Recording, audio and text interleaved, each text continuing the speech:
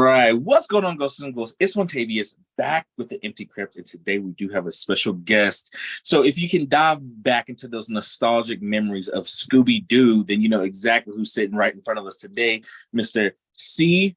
Ernst Harth. Man, how's it going? How are you doing?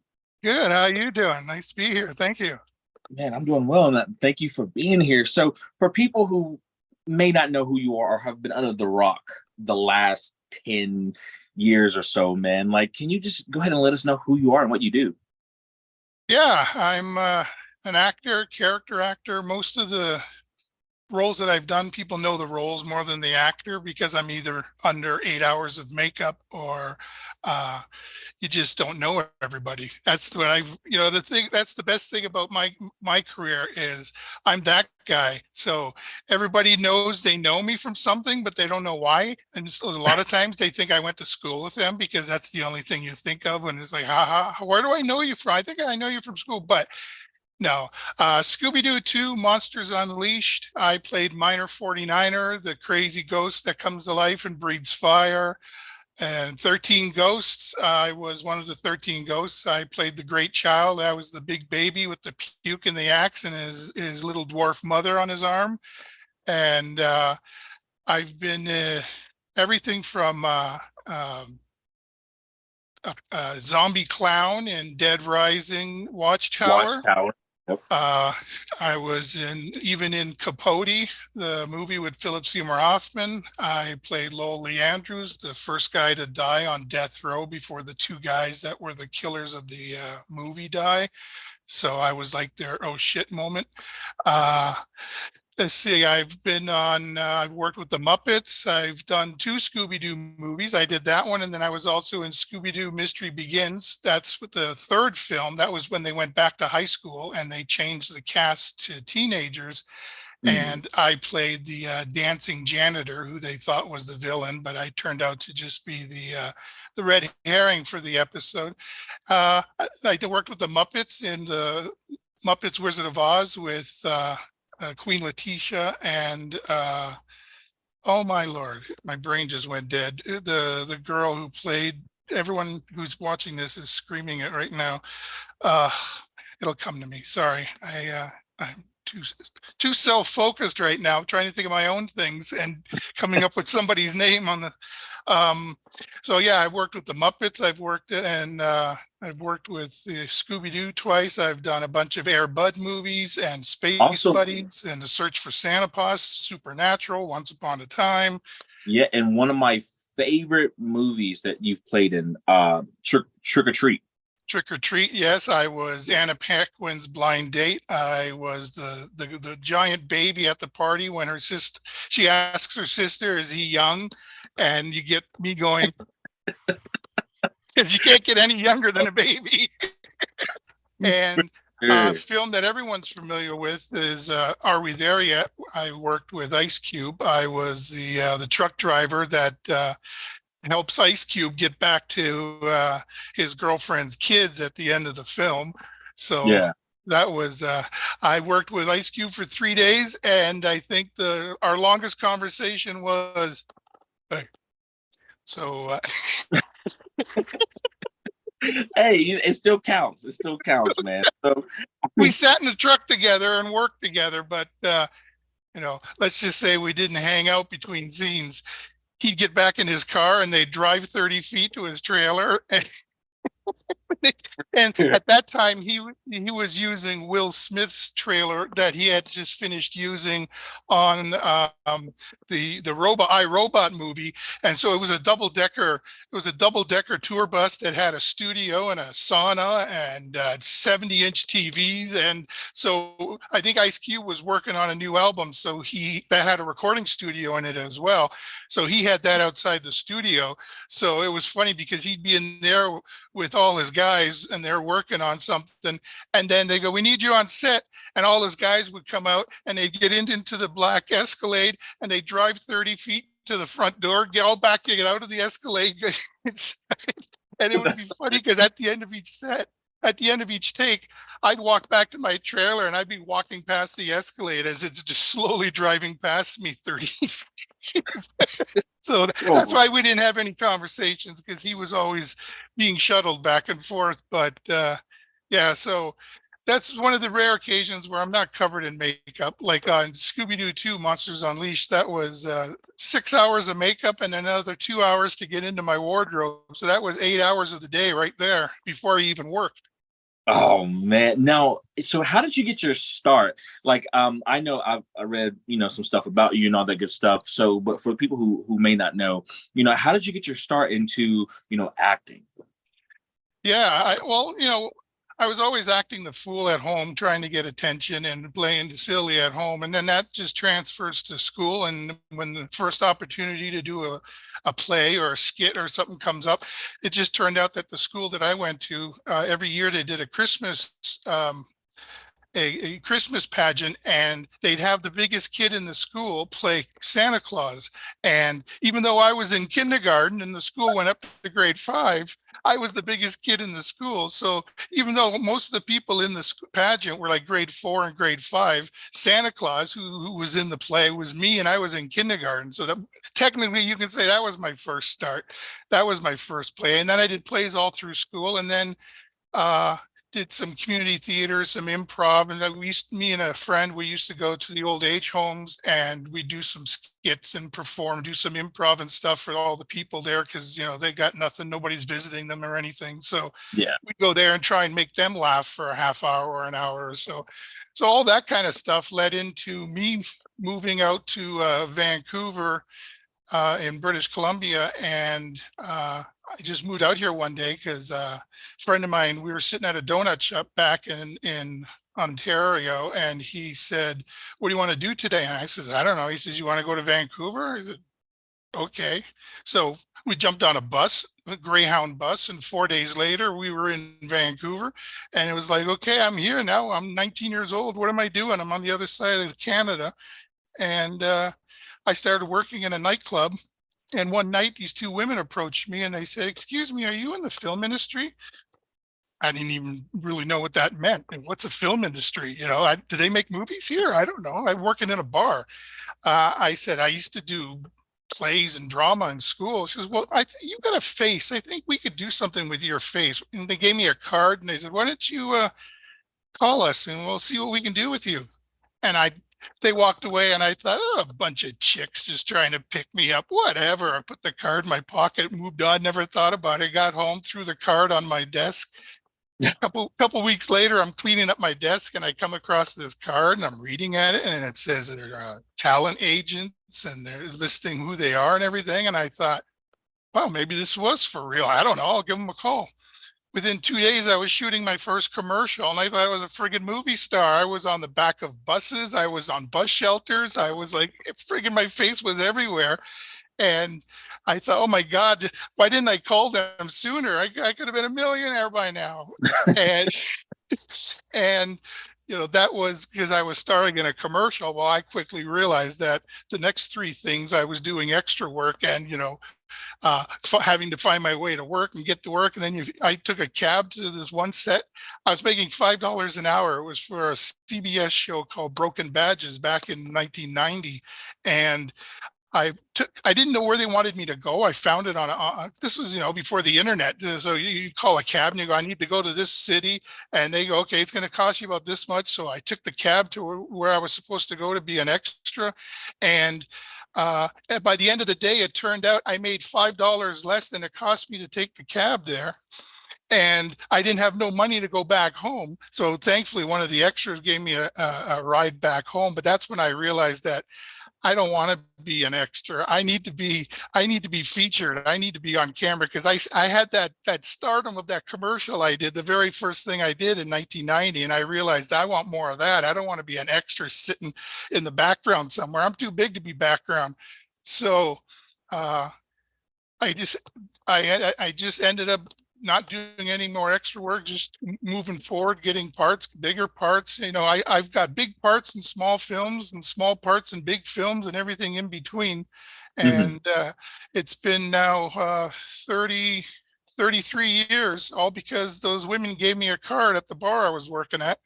I And mean, and who would have thought, a situation like that would turn out to be. I mean, but this says a lot about, who you are as a person, being able to, just take a chance, right? Yeah. So, I mean, so now that you had your start in school productions, and you moved across to Vancouver, you get a card from some strangers. Yeah. You did some commercial work, and now you're landing these movie roles. So I gotta know, man, because like you are like my childhood, because I love Scooby-Doo, right? So how was it working, just with everyone there, Matthew Lillard, and just being a part of such an iconic, Well, Matthew Lillard, we had worked together on 13 Ghosts a yeah, couple of years earlier, so we recognized each other right away. But I had lost almost 200 pounds between 13 Ghosts and Scooby-Doo. So how you see me in 13 Ghosts, by the time I got to Scooby-Doo, which was the first job I had after I'd lost all that weight, the first thing they said to me was, okay, we're going to have to build you a fat suit. So it was like I had lost 200 pounds, and then I had to turn around and put it back on. But at least I could take it off every night when I went home. But Matthew, the first time Matthew saw me on set, I was already in costume. So he didn't really know that I had lost all this weight, because I was basically the same size as I was on 13 Ghosts. But when he finally saw me out of the makeup at the end of the day, he says, "Where's the other half of you?" I said, "It's in the trailer, and that's where it's staying, because I'm not taking that home anymore." Because when I did 13 Ghosts, I was 598 pounds, and that's too big for anybody. And even though I'm 6'6", and everyone says, "Well, you carry it well," the fact that you can get out of bed, you're carrying it well. It doesn't matter what you're doing with it once you're up. Just the fact that you're up and out of bed at 598 pounds, you know, that's yeah.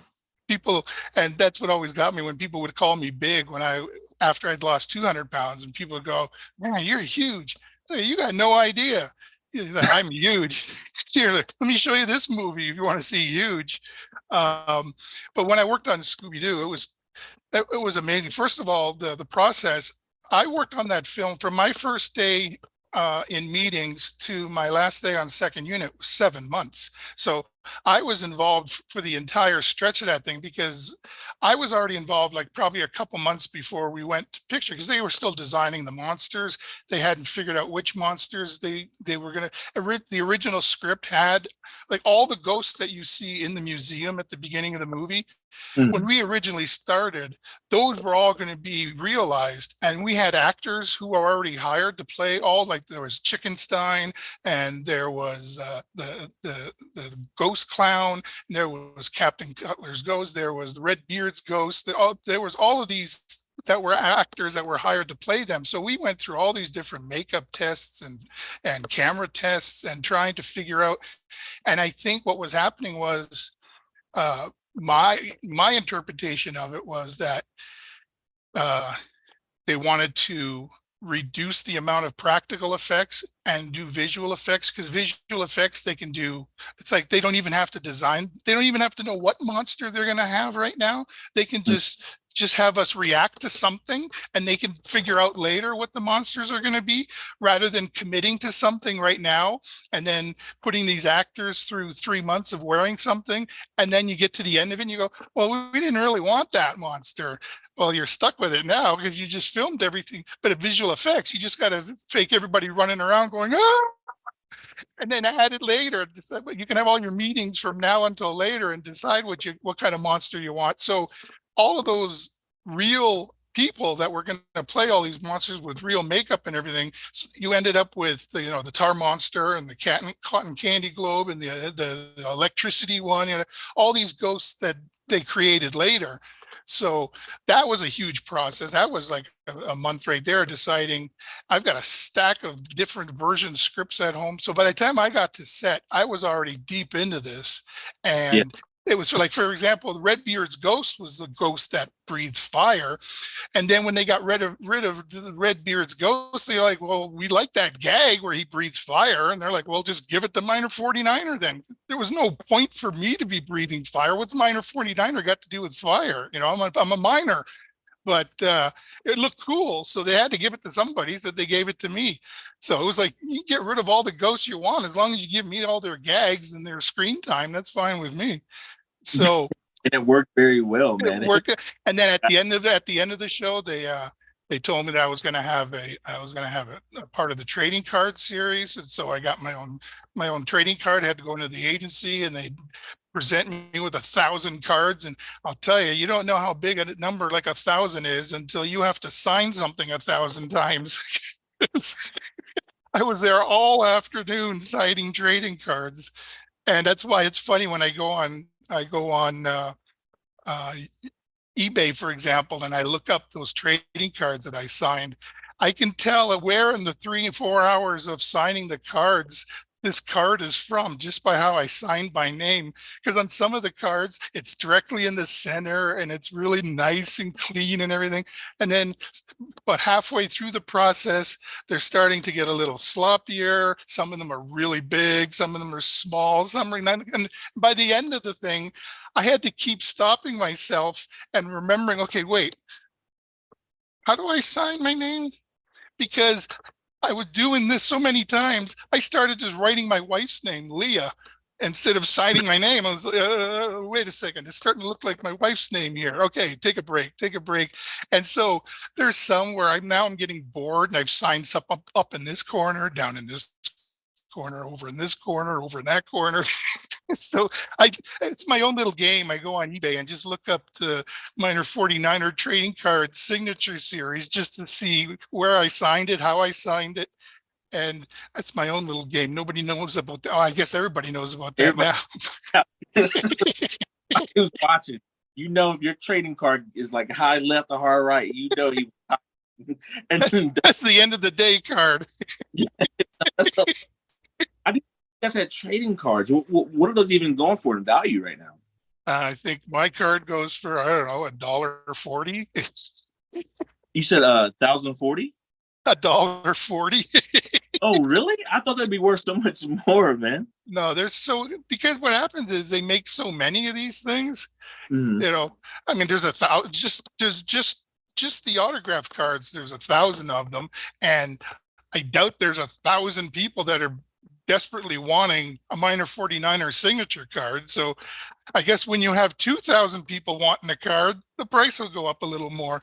But it's just funny for me to know that I have a trading card. You know, you could work your whole life as an actor and never have a trading card. It's like you're not having an action figure or something. And I still can't believe to this day that nobody has put out, you know, NECA Toys or any of these companies, nobody has put out a 13 Ghost set.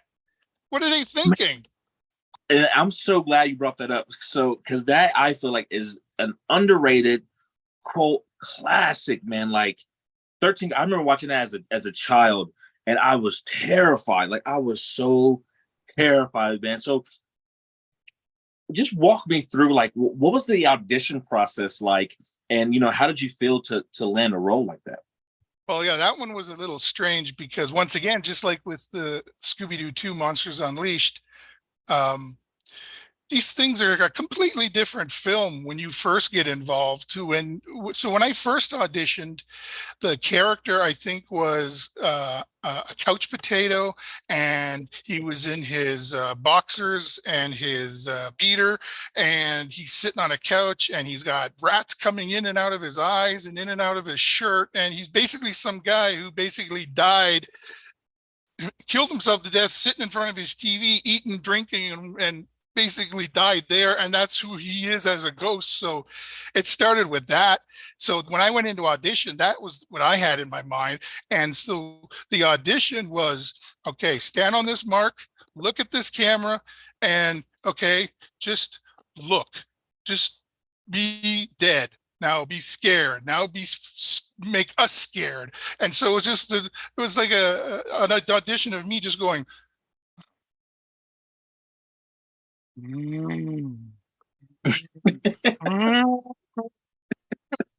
okay, thank you for coming. And then you leave, and that's it. And you go home and you're like, well, this is a job. Everyone's got a job. This is my job.